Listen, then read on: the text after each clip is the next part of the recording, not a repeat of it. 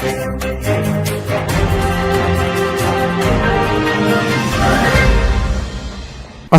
আলাইকুম। আন্তর্জাতিক সর্বশেষ আপডেট সংবাদে আপনাকে স্বাগতম। শুরুতেই জানিয়ে দেব সংবাদ শিরোনাম। শুরুতেই জানিয়ে দেব এবার হিজবুল্লাহর গোয়েন্দা প্রধানকে হত্যার দাবি ইসরায়েলের। জানিয়ে দেব নাসারুল্লাহকে হত্যার জন্য 1 টন ওজনের বাংকার ব্লাস্টার বোমা ব্যবহার করে ইসরায়েল। এছাড়া রয়েছে নাসারুল্লাহকে হত্যার প্রতিশোধে ছাড় দেওয়া হবে না বলছে ইরান। জানিয়ে দেব মধ্যপ্রাচ্য সম্পূর্ণ যুদ্ধের দ্বারপ্রান্তে আশঙ্কা প্রকাশ করছেন জাতিসংঘ। সর্বশেষ জানিয়ে দেব হিজবুল্লাহ প্রধানকে হত্যার অভিযানের অনুমোদন দেয় নেতানিয়াহু। এতক্ষণ শুনছিলেন সংবাদ শিরোনাম, এবারে বিস্তারিত। এবার হিজবুল্লাহর গোয়েন্দা প্রধানকে হত্যার দাবি করছে ইসরায়েল।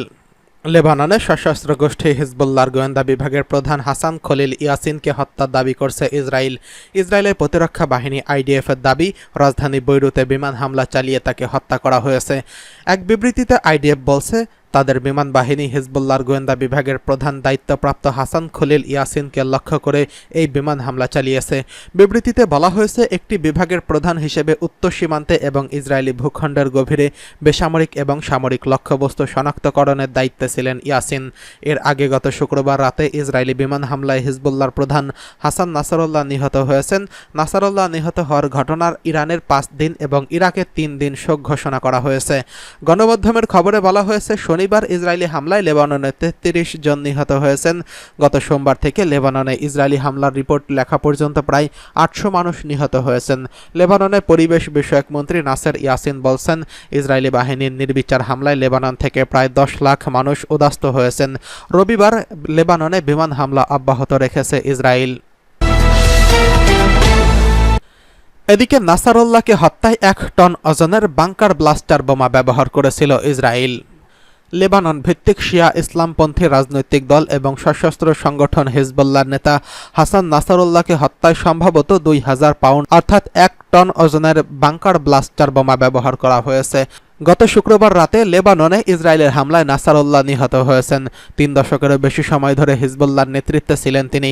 নাসারুল্লাহকে হত্যার জন্য হামলা চালাতে যে যুদ্ধ বিমান ব্যবহার করা হয়েছিল তার একটি ভিডিও প্রকাশ করেছে ইসরায়েল। যুদ্ধাস্ত্র বিশেষজ্ঞ এবং নিউ ইয়র্ক টাইমসের বিশ্লেষণ অনুসারে ইসরায়েলি যুদ্ধ বিমানগুলো 2000 পাউন্ড বা 1 টন ওজনের বাংকার ব্লাস্টার বোমা ব্যবহার করছে। ভিডিও বিশ্লেষণ অনুযায়ী নাসারুল্লাহর উপর হামলায় কমপক্ষে 8টি যুদ্ধ বিমান ব্যবহার করে ইসরায়েল। যুদ্ধ বিমানগুলো বাংকার ব্লাস্টার বোমায় সজ্জিত ছিল। যুদ্ধ বিমানগুলো অন্তত 15টি বাংকার ব্লাস্টার বোমা ছিল। বোমাগুলোর প্রতিটির ওজন প্রায় 2000 পাউন্ড অর্থাৎ 1 টন। এর মধ্যে যুক্তরাষ্ট্রের তৈরি BLU-109 বোমাও ছিল। মার্কিন সেনাবাহিনীর সাবেক বিস্ফোরক অস্ত্র বিশেষজ্ঞ বলেন, বোমা বাংকার ব্লাস্টার নামে পরিচিত। এগুলো বিস্ফোরণের আগে ভূগর্ভে প্রবেশ করতে পারে। এই বোমার সঙ্গে নির্ভুল আঘাত হানার একটি নির্দেশিকার ব্যবস্থা যুক্ত থাকে। মার্কিন বিমান বাহিনী হামলার নিশানা সংক্রান্ত বিশেষজ্ঞ ওয়েস ব্রায়ান্ট ভিডিওটি পর্যালোচনা করেছেন। তিনিও উল্লেখিত বিশ্লেষণের সঙ্গে একমত প্রকাশ করছেন। ওয়েস ব্রায়ান্স নিউ ইয়র্ক টাইমসকে বলেন, ভূগর্ভস্থ সদর দপ্তরে থাকা নাসারুল্লাহর উপর হামলায় যে ধরনের বোমা ব্যবহার করা হবে বলে তিনি ধারণা করছিলেন ঠিক তেমনটাই করা হয়েছে। গতকাল শনিবার ইসরায়েলি বেসামরিক হামলা বাহিনীর অফিসিয়াল টেলিগ্রাম চ্যানেলে ভিডিওটি প্রকাশ করা হয়। ভিডিওর ক্যাপশনে লেখা ছিল, লেবাননে হাসান নাসারুল্লাহ এবং হিজবুল্লাহর কেন্দ্রীয় সদর দপ্তর নির্মূলে যুক্ত ইসরায়েলি বিমান বাহিনীর যুদ্ধ বিমানগুলো। নাসারুল্লাহকে হত্যার প্রতিশোধে 1 বিন্দুও ছাড় দেওয়া হবে না, কঠোর হুঁশিয়ারি দিচ্ছে ইরান। লেবাননের রাজধানী বৈরুতে ইসরায়েলি বিমান হামলায় হিজবুল্লাহর শীর্ষ নেতা সৈয়দ হাসান নাসারুল্লাহ হত্যাকাণ্ডের বদলা নেওয়ার ঘোষণা দিয়েছে ইরানের সর্বোচ্চ নেতা আয়াতুল্লাহ আলী খামেনি। তিনি বলেছেন, এই হত্যার প্রতিশোধে ছাড় দেওয়া হবে না। শিয়া ইসলামপন্থী রাজনৈতিক দল ও বিশ্বের অন্যতম শক্তিশালী সশস্ত্র সংগঠন হিজবুল্লাহর প্রধান এই নেতা নিহত হওয়ার পর শনিবার এই কথা বলেন তিনি। হাসান নাসারুল্লাহকে শহীদ উপাধি দিয়ে খামেনি বলেন, তার চিন্তাধারা ও দেখিয়ে যাওয়া পথ অটুট রাখা হবে। ইরানের রাষ্ট্রীয় টেলিভিশনের এক বিবৃতিতে তিনি বলেন, হাসান নাসরুল্লাহ একক কোনো ব্যক্তি ছিলেন না, তিনি ছিলেন একটি পথ ও একটি চিন্তাধারা।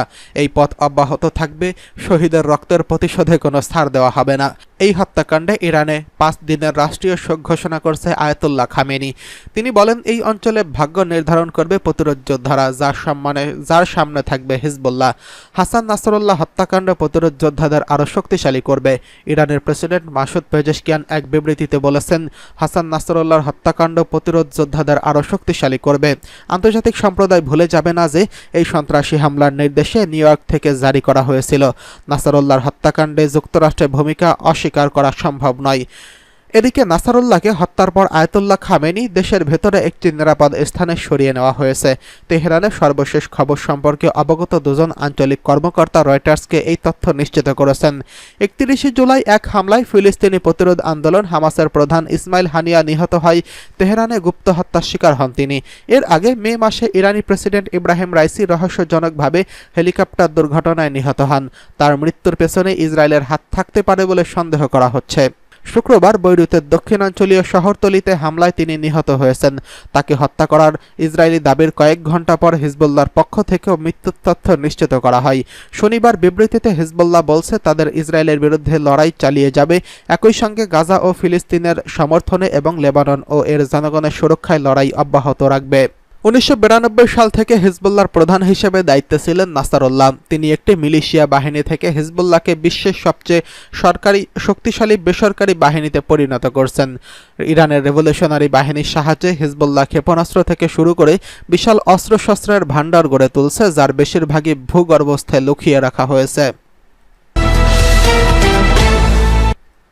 এবার মধ্যপ্রাচ্য সম্পূর্ণ যুদ্ধের দ্বারপ্রান্তে, সতর্ক করছে জাতিসংঘের মহাসচিব। গাজার পর লেবাননে অব্যাহত প্রাণঘাতী হামলা শুরু করেছে ইসরায়েল। বিশেষ করে লেবাননের রাজধানী বৈরুতে জনবহুল এলাকায় আবাসিক ভবনগুলো ইসরায়েলের হামলা থেকে রেহাই পাচ্ছে না। এমন পরিস্থিতিতে রাশিয়ার পররাষ্ট্রমন্ত্রী সের্গেই ল্যাভরভ জানিয়েছেন, মধ্যপ্রাচ্য সম্পূর্ণ যুদ্ধের দ্বারপ্রান্তে রয়েছে। মূলত বিশ্ব নেতাদের যুদ্ধবিরতি চুক্তির আহ্বানে সাড়া না দিয়ে লেবাননে অব্যাহত প্রাণঘাতী হামলা চালিয়ে যাচ্ছে ইসরায়েলি বাহিনী। এতে গত সোমবারের পর লেবাননে 7 শতাধিক নিহত হয়েছেন। ফিলিস্তিনে প্রধানমন্ত্রী মোহাম্মদ মুস্তফা জাতিসংঘের নিরাপত্তা পরিষদকে বলছেন, ইসরায়েল একটি দুর্বৃত্ত রাষ্ট্র, এটিকে গাজা ও অধিকৃত পশ্চিম তীরে এবং লেবাননের জনগণের বিরুদ্ধে সংগঠিত অপরাধের জন্য জবাবদিহি করতে হবে। গত 7 অক্টোবর থেকে গাজায় চালানো হামলায় 41,534 ফিলিস্তিনি নিহত হয়েছেন, আহত হয়েছেন অনেকেই।